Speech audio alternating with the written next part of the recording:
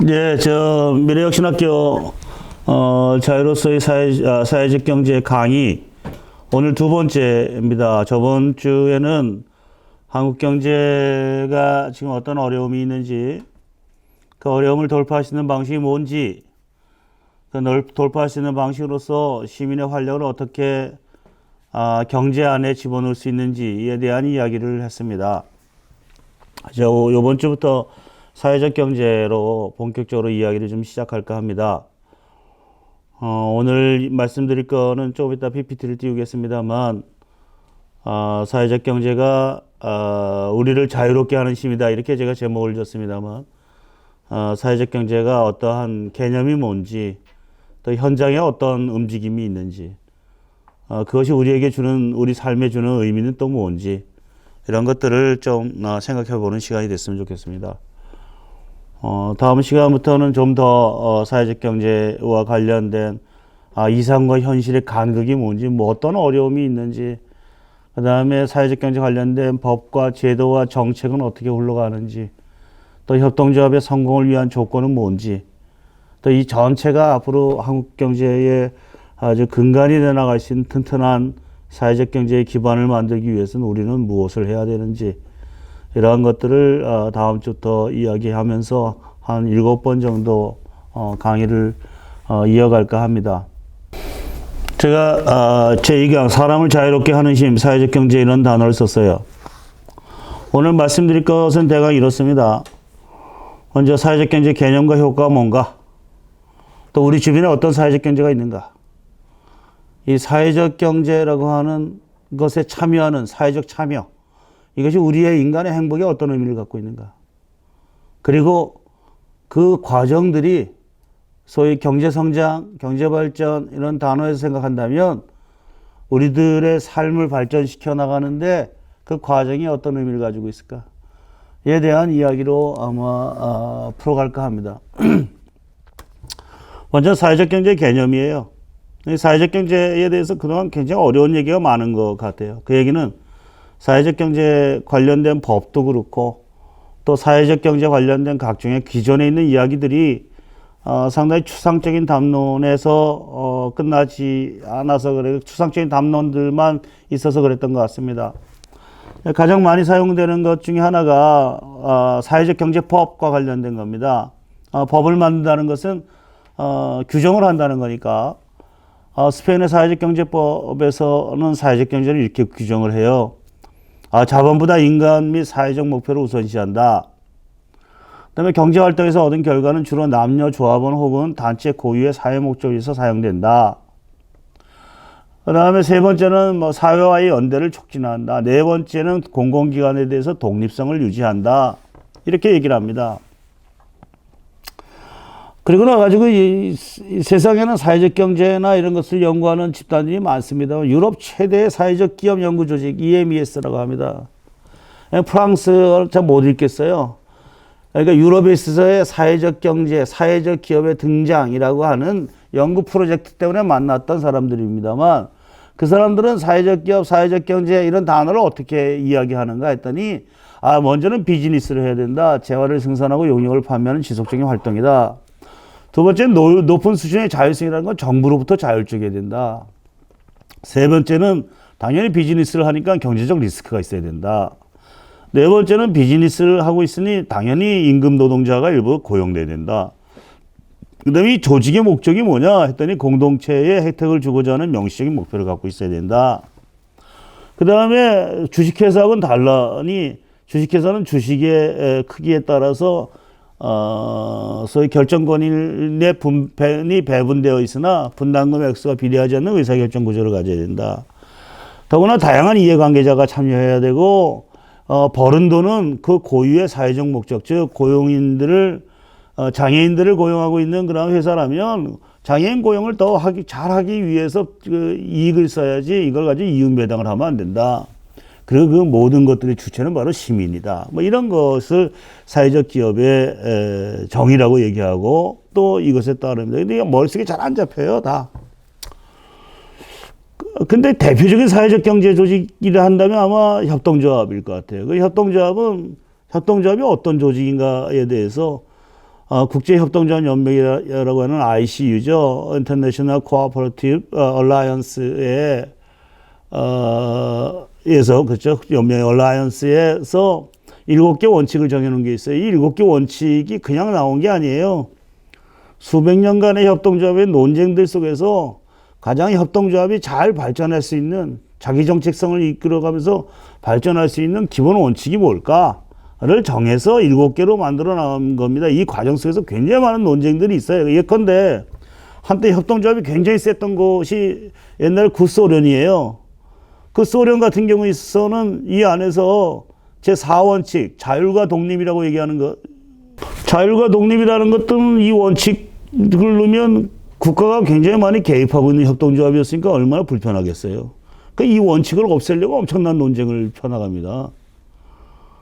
그래서 이 7가지 원칙은 하나하나가 그냥 생겨난 게 아니라는 것이죠. 수없이 많은 협동조합의 운동과 또 그 논쟁 과정에서 생겨나왔는데 그 하나하나 원칙이 뭐냐 했더니 첫 번째는 조합원이 운영한다는 거예요. 자발적이고 개방적인 조합원 제도라는 겁니다.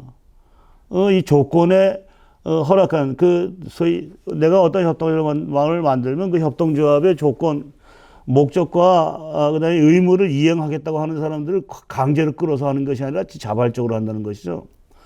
두 번째, 이 사람들이 협동조합은 경제조직이에요. 경제조직은 구체적인 어떤 일을 하기 위한 결합자본이에요. 돈을 모으는 과정이니까 돈이 필요할 거 아니에요. 당연히 제3원칙 조합원의 경제적 참여가 있습니다. 협동조합 돈 안 내고 협동조합 하겠다는 사람은 그건 협동조합의 기본이 안 된 사람이죠. 그게 뭐냐 했더니 만약에 제1원칙 자발적이고 개발적인 조합원 제도, 제3원칙 조합원의 경제적 참여, 이것을 한 단어로 얘기한다면 스스로 문제를 해결하기 위해서 참여하는 거예요. 두 번째는 그 참여한 조직을 민주적으로 운영하는 겁니다. 제2원칙 민주적인 운영이고, 그죠? 그 다음에 민주적으로 운영해 나가는데 이 사람이 인간 공동체라고 하는 성향이 강하니까 결합자본이지만 사람 공동체가 성향이 강하니 사람 공동체가 서로 같이 잘 나가기 위해서 필요한 게 뭐죠? 서로들 갖고 있는 도덕적인 아니면 실무적인 지식들을 서로들 간에 교환해 나가는 거예요. 그래서 확신을 해 나가는 게 필요하니 지식을 공유하고 그리고 공동의 비전을 가진 조직들과 협력하고 제6원칙 협동조합과 협동이죠. 지역사회와 함께 성장하는 것, 제7원칙 지역사회에 관여하는 것입니다. 그 협동조합의 원칙을 제7원칙을 다시 한번 얘기한다면 스스로 문제를 해결하기 위해서 참여하고 민주적으로 운영하고 지식을 공유하고 공동의 비전을 가진 조직들과 협력하고 지역사회와 함께 성장해 나가는 조직이나 만약에 이 원칙을 견지하려고 그러는데 옆에서 방해를 한다 누가 여기에 대해서 단호하게 대처를 하겠다는 게 바로 제4원칙 자율과 독립의 원칙인 거예요. 사회적 경제란 많은 사회적 경제 관련 문헌들도 사회적 경제를 포용하는데 호혜성의 원칙이 어떻고 연대의 원칙이 어떻고 어려운 얘기를 쓰고 있으나 결국은 내 문제를 내가 풀려고 스스로 모여서 참여하고 민주적으로 운영해 나가고 이것이 잘 운영될 수 있도록 서로 도와줘 나가면서 지식을 공유하고 공동의 비전을 가진 조직들과 함께 움직이려고 하고 나 혼자 잘 살겠다고 하는 게 아니라 지역사회와 함께 성장하려고 하는 이 조직의 범위 내에서 벗어나지가 않아요. 사회적 경제는 이런 겁니다. 그냥 사회적 경제의 개념 결론적으로 정리한다면 사회적 경제란 이런 거다라고 과감히 그냥 정리해버립니다. 하나는 조직의 설립 목적이 사회 문제 혹은 조합원들의 문제 해결에 집중하는 거예요. 돈 벌기 위한 조직이 아닙니다. 따라서 조직이 목적이 뭐냐에 따라 다르죠. 장애인 고용 기업의 목적은 장애인 고용에 있는 것이지 그 기업을 통해 가지고 돈을 벌겠다는 있는 게 아니에요. 아이쿠 같은 생활협동조합의 목적은 윤리적이고 제대로 된 소비를 하겠다는 운동이지 그걸 통해 가지고 백화점처럼 물건을 팔아 가지고 누가 이익을 얻겠다는 게 아니잖아요. 조직의 설립 목적은 사회 문제 혹은 조합원의 문제를 해결에 집중하는 게 설립의 목적이고 두 번째는 운영의 원칙을 민주적 원칙에 따라야 된다는 겁니다. 이 민주적 원칙이라는 건 말은 좋지만 얼마나 어려워요. 세상에 가장 어려운 게 민주주의 아니에요? 집에서도 민주주의 하려면 얼마나 힘들어요. 그냥 아버지 권위로 그냥 밀어가면 되는데 그래서 누가 따라줘요. 어쨌든 간에 그러다 보니까 한 조직에서 명령 계통을 제대로 가져가기 위해서 필요한 게 뭐였는가 해서 권한의 배분을 돈으로 배분했던 게 자본주의입니다.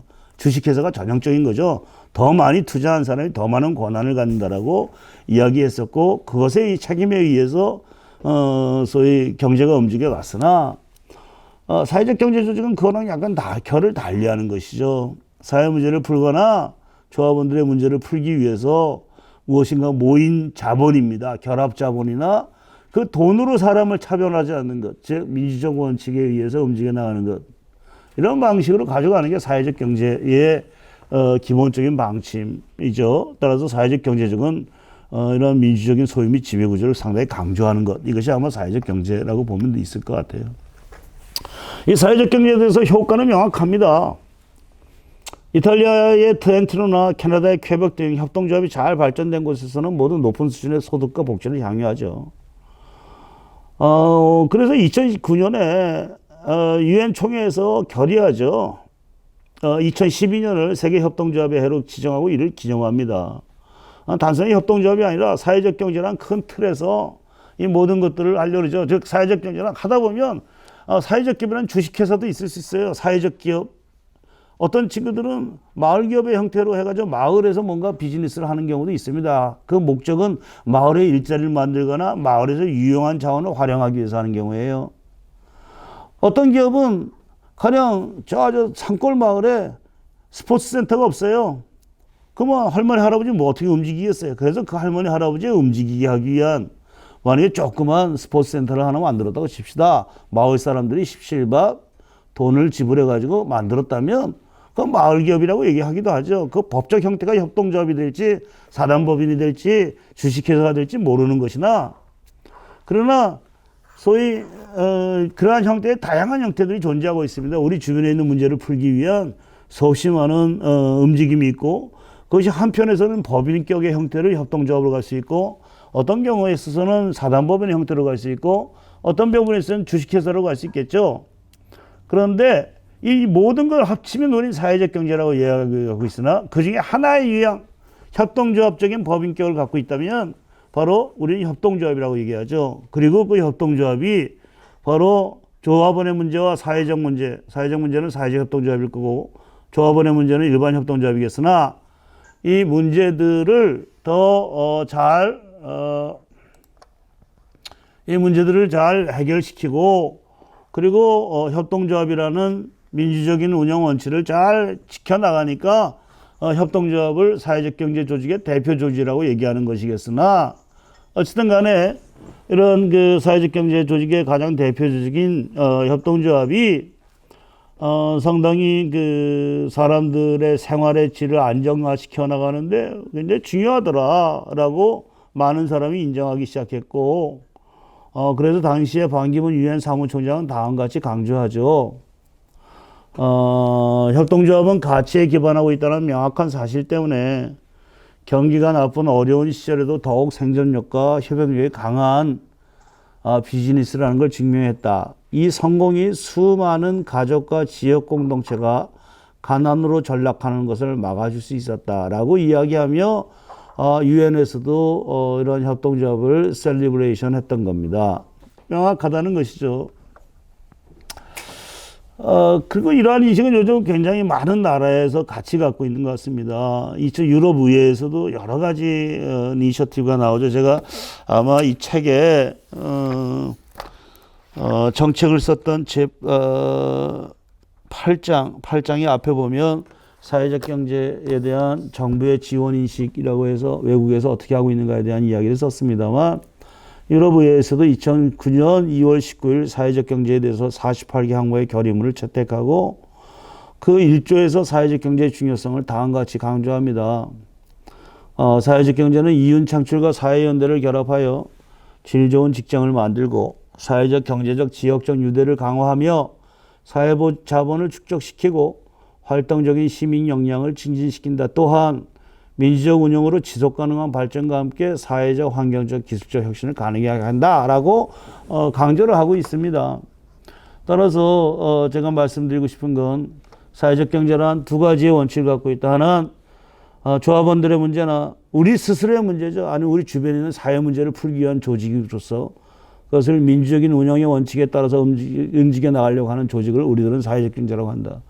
그 사회적 경제 조직이 전 세계에서 단순하게 돈만 벌기 위한 조직이 아니라 이러한 사회 문제와 우리 문제를 풀기 위한 조직들이 전 세계에서 점차 발전하고 있더라. 그 발전이 한 사회 속에서 발전해 나가는 것은 한 사회의 번영과 안정에 상당한 도움을 주고 있더라. 그리고 그것을 셀리브레이션 하기 위해서 유엔에서도 박수를 치고 있더라. 유럽연합 같은 데서도 이런 사회적 경제의 중요성에 대해서 거의 한 2, 3년에 한 번씩은 이니셔티브적 결의문이 나오는 것 같아요.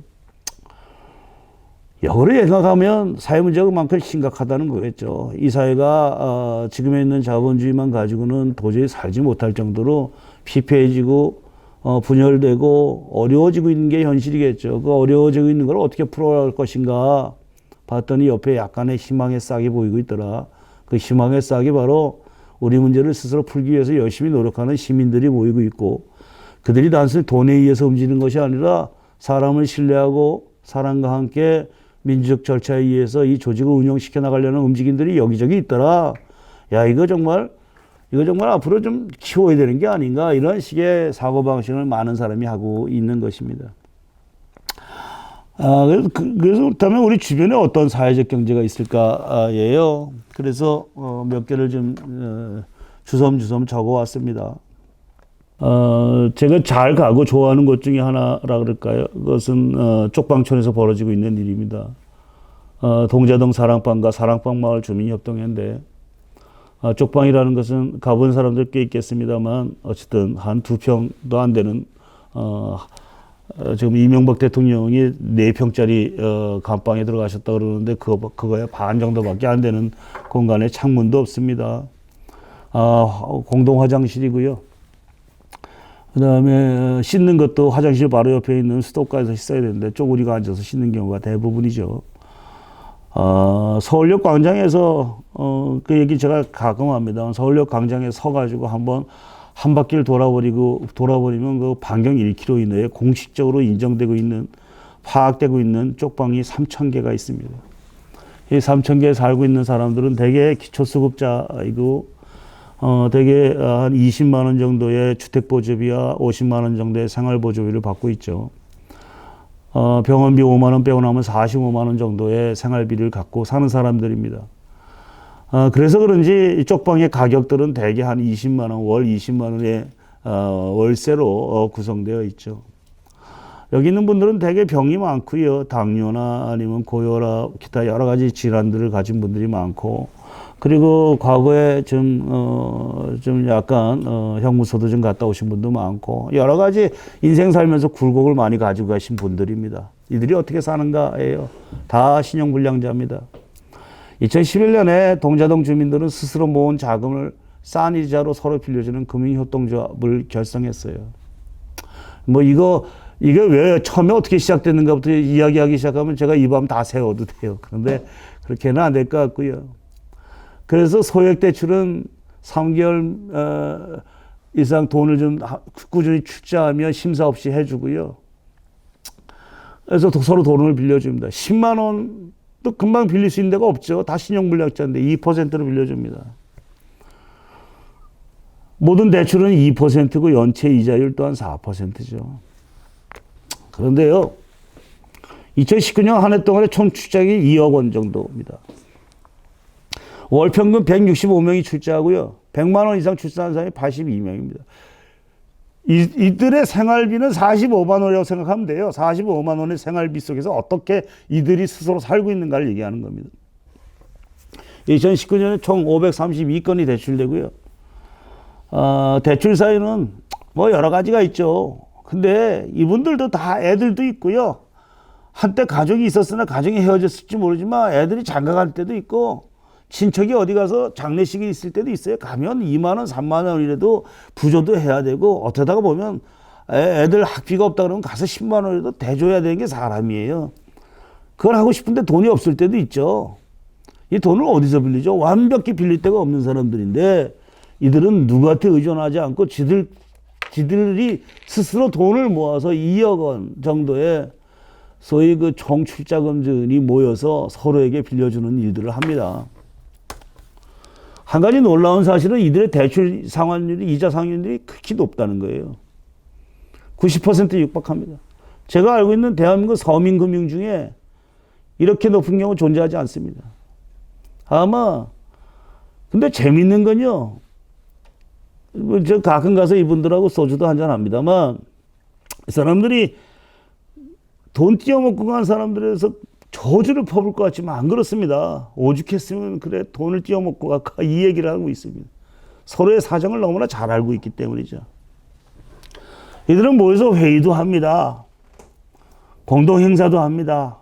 어버이날 400인분의 점심을 대접합니다. 자기들 돈 45만 원에서 어떤 사람은 5만 원 내는 사람이 있어요. 그들한테 5만 원은 저 같은 사람의 500만 원에 가까울지도 몰라요. 하여튼 그렇게 내는 사람입니다. 마을 청소합니다. 동자동 가면 마을 깨끗해요. 그 골목골목에 있는 그 우중충한 곳이라도 그렇게 담배꽁초 많지 않습니다. 누군가 청소하고 있습니다. 아픈 사람들이 쪽방에서 옆에 창문도 없고 누가 사는지도 잘 모르고 있다 그러면 하루에 시체가 몇 구가 나오겠어요. 그 시체 찾아내는 사람, 가족들한테 연락하는 사람들 다 동자동에 있는 사람들입니다. 자기들끼리 공부도 합니다. 저희들 그 식당이 있어요. 공동식당이 있는데요. 1,000원만 내면 식당 가서 밥 먹을 수 있습니다. 그것도 자원봉사, 동자동 사람들이 스스로가 운영하는 자원봉사에 의해서 운영되고 있는 식당인데 그 식당에 옆에 서가가 있어요. 책방이 있는데 책장이. 그 책장 보고 놀랐습니다. 우리 제자들도 안 있는 21세기 자본이 거긴 꽂혀 있어요. 대학원생도 안 있는데. 아무튼 그래요. 아무튼 그렇습니다만 그게 뭐냐면요. 이들도 수없이 많은 꿈들이 있었고 이들도 이런 서로들 같이 회의도 하고 공동행사도 하고 자금도 만들고 그 자금을 서로 빌려주기 시작하면서 사람으로서 자긍심을 느끼게 된다는 겁니다. 이들은 그냥 돈 주는 대상이 아니라 인간들이에요. 인간들. 저 동자동에서 오랫동안 활동하고 있는 사랑방마을 주민협동의 선동수 간사가 이런 얘기를 해요. 가난한 주민들이 인간답게 살 수 있는 길은 여기저기서 쏟아붓는 물량공사를 통해 닦여지는 것이 아닙니다. 오로지 가난한 주민들이 함께 협동하여 스스로 돕는 것 외에 다른 길은 없어 보입니다. 사람이 아닌 물품을 앞센 외부의 선의는 오히려 주민을 비인간화 대상화시켜 힘든 여건에서도 주민 스스로 무엇인가 해보려는 몸부림에 찬문을 끼얹는 결과를 낳습니다. 이런 저의 말을 동자동 주민들은 증명하고 있습니다. 즉 빈민지역에서 주민 스스로가 문제를 풀어가는 것의 중요성을 이렇게 잘 표현하고 있는 게 없다고 봅니다. 우리들은 그들한테 크리스마스 때 추석 때 선물 보따리를 안겨주는 것이 그들을 위한 길이라고 얘기합니다만 그들과 같이 맥주 한잔 소주 한잔 하다 보면 그들이 정말 원하는 건 1년에 몇 번 와서 선물 보따리보다 가끔 와서 그들의 하소연을 들어주는 인간적인 관계예요. 그 인간적인 관계가 가장 그리운 사람들이 그들은 스스로 이런 자조금융이랑을 통해 가지고 1년에 2억 원 정도의 돈들을 모아서 서로까지 빌려주고 2%에 2% 달러 이자가 아닙니다. 그리고 같이 부탄가스도 공동으로 구매하고 밥도 같이 저 먹고 하는 그 나름대로의 나라의 관계망들을 형성시키고 있는 거죠. 이게 사회적 경제입니다. 나의 문제를 스스로 풀기 위해서 아니면 사회 문제를 스스로 풀기 위해서 자발적으로 조직되고 그것을 같이 회의해서 힘들더라도 민주적으로 운영시켜 나가려고 하는 행위들. 우리 주변에는 이런 문제를 풀려나가려고 하는 사람들 천지죠. 사람들입니다만 하여튼 그때 찍은 사진입니다. 이게 동자동 사랑방이고요. 요즘은 제 제자들 데리고 가서 소주라도 한잔 하고 싶은데 5사람 이상 워낙 몸이 약하신 분들이 많아서 외부에서 사람들이 가서 5사람 이상 가는 거에 대해서 별로 좋아하는 것 같지 않아서 저만 잠깐 어쩌되 가거나 이렇게 합니다만 굉장히 사람이란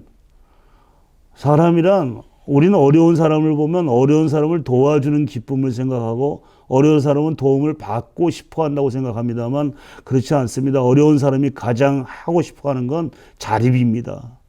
그 자립의 의지를 꺾어주는 게 아니라 자립의 의지를 그들을 끌어올려주는 것. 이게 바로 사회적 경제라는 것이죠. 뭐 그런 건 우리 주변에 많아요. 우리 한국의 대표 생활협동조 아이쿱도 있죠. 아이쿱도 뭐죠? 스스로의 소비의 문제를 스스로 풀어가는 거 아니에요? 97년 8월에 경인지역 생협연대 준비위원회로 발족으로 시작했고 지금은 99개 회원조합 29만 3만 8,012명의 조합원이 참여하는 한국의 대표적인 소비자 생활협동조합으로 성장했죠. 저는 아이쿠를 굉장히 자랑스럽게 생각합니다. 이 30만 명 중에서 조합비 매달 10,000원씩 조합비를 내는 아이쿠 조합원들이 한 26만 명 있는 것 같아요. 거기다 책임 출자에 의해서 굉장히 많은 돈들을 출자금도 냅니다. 아까 협동조합이란 뭐죠? 내 문제를 풀기 위해서 자발적으로 참여하는 건데 참여라는 건 와가지고 말만 한다는 얘기 아니에요. 경제조직이면 돈을 내야죠. 근데 협동조합은 마치 자기 돈은 안 내고 와가지고 말만 하는 조직으로 한다는 게 되지 않아요. 그래서 난 출자금 5,000원 내고 협동조합 만들었다 그러면 요즘 5,000원 애기들 줘도 안 받아요. 아이들도 5,000원 가져서 가서 깎아 사 먹기가 어려운데 어른들이 모여가지고 5,000원씩 협동조합 회비 만들어서 협동조합 만들었다고 큰 소리 치고 앉아있는 거 보면 나쁜 사람들이죠. 협동조합의 조합비로 운영비를 만들어야 되고 협동조합에 필요한 돈들을 위해서 기초 출자금을 몇백이든지 내야 되죠. 안 하면 하지 말던가. 아이쿱은 그런 수없이 많은 조합원들에 의해서 어쨌든 간에 30만 명 정도의 조합원들이 수없이 참여하기 시작하면서 한국의 대표적인 소비자 생활협동조합으로 성장했고요.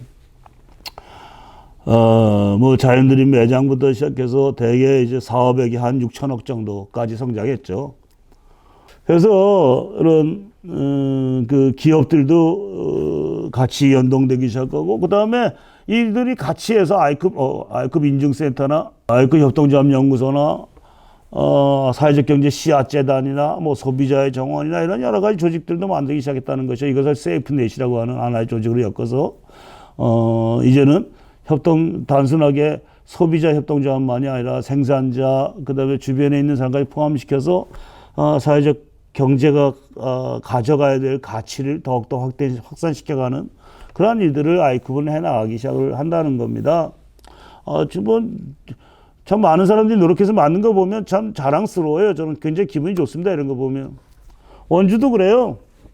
지역에서 사회적 경제 하는 사람들이 서로 모여가지고 아까 협동조합 간 협동 지역에서 지역사회와 함께 발전하는 거 협동조합의 제7원칙 협동조합 같은 가치를 가진 조직들과 협동하는 거 협동조합의 제6원칙 이렇게 얘기했습니다만 이런 원주라는 곳에서 협력이 잘 이루어지고 있는 것 같아요. 1960년대 지학선 주교님과 장일선 선생님의 노력으로 시작된 원주 신협운동, 원주 한살림운동 등이 현재는 이제 43개 단체에 의한 원주 협동사회경제 네트워크로 발전하고 있죠. 이런 조직들이 같이 모여가지고 같이 신문도 만들고 으쌰으쌰도 하고 공동의 기금들도 만들고 그 기금 만든 걸로 같이 어디 가서 도와주기도 하고 여러 일들을 합니다. 우리나라만 있는 게 아니에요. 한 발자국만 나가면 이런 거 천지입니다. 이거는 필리핀의 마닐라 외곽에 있는 까부야오라고 하는 빈민가 슬럼가의 이야기입니다.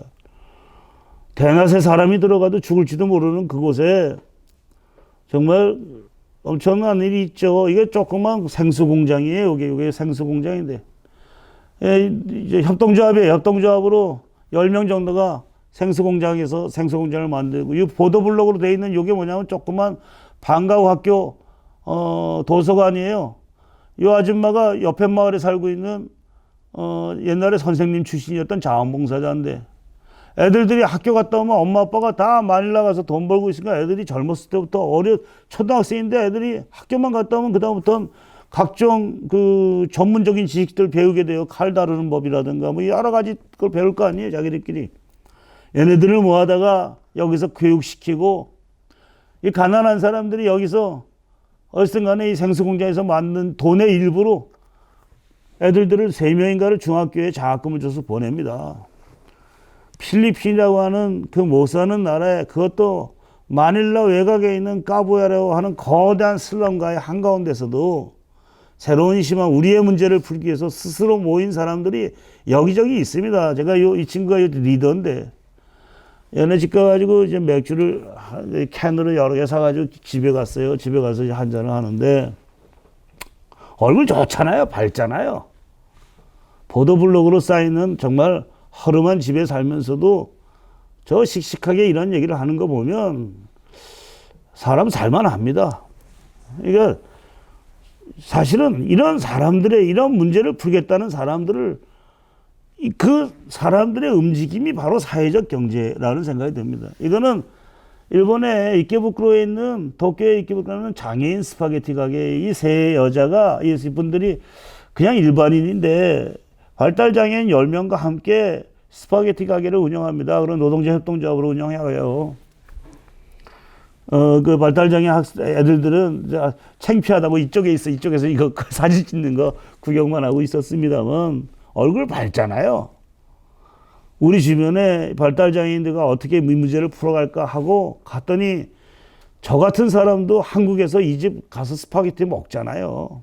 얘기 듣고. 이 동네에 있는 아줌마들은 여기 와서 스파게티 먹어요. 제가 보면 맛이 아주 훌륭하지는 않아요. 그렇다고 A급은 아니나 적어도 B 플러스급은 됩니다. 근데 기분은 좋아요. A 플러스급의 기분이 나죠. 그러다 보니까 사회의 각종 선의를 먹고 살면서 이들은 바로 장애인들과 함께 건강한 직장을 만들어 가는 겁니다. 우리 주변에 이러한 사회적 경제 조직으로 꽉 차 있어요. 근데 왜 할까요? 아까 그 까부야오에 있는 그 우리 필리핀의 그 아저씨나 일본의 이케부쿠로에 있는 스파게티 집의 우리 젊은 여성분들이나 왜 이런 일들을 할까요? 아까 동자동에서 우리 선동수 간사부터 그 100만 원 받으면서도 그들과 함께 그 일들을 잘 꾸려나가는, 왜 그런 일을 할까요? 우리 주변에 이런 사람들 천진데 왜 이런 일을 할까요? 이러한 사회적 참여가 나에게 어떤 의미를 가질까요? 나는 확신합니다. 사회적 참여를 가져야지만 인간이 행복해져요. 인간이 행복해지는데 사회적 경제를 참여하는 과정이 우리를 행복하는 과정이라고 거의 확신합니다.